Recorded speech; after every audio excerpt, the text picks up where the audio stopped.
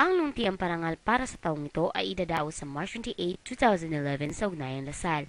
Katulad na lamang ng mga nakaraang pagbibigay kilala, naglalayon ito na magbigay ng parangal sa mga individual, konseho at mga organisasyon na nagpakita ng kahusayan sa kani-kanilang larangan.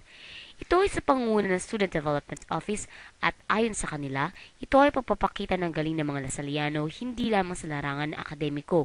Dagdag na rito ang mga makabuluhang proyekto na tumutulong na mapalalim ang serbisyo ng bawat isa upang may sakatuparan na misyon at layunin ng institusyon. Ang luntiang parangal kasi, como ito ay taon-taon ng ginagawa, ah, ang pamantayan nito ay kilalanin yung mga gawa ng mga estudyante, maging ng mga campus advisors, also student groups, ah, particular doon sa kanilang mga gampanin bilang mga student leaders,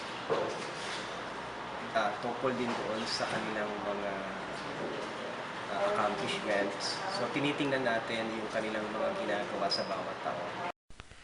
Ayon sa SAU, ang proseso ng pagpili sa mga nanalo ay ayon sa nomination ng mga kapwa estudyante at guro.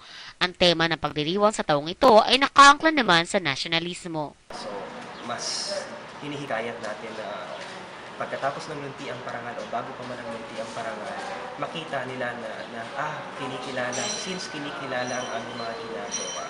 So, mas pagpupursigihan namin na kami ay kumilos. So, pinapahalagahan kasi natin yung pagkilos ng mga estudyante.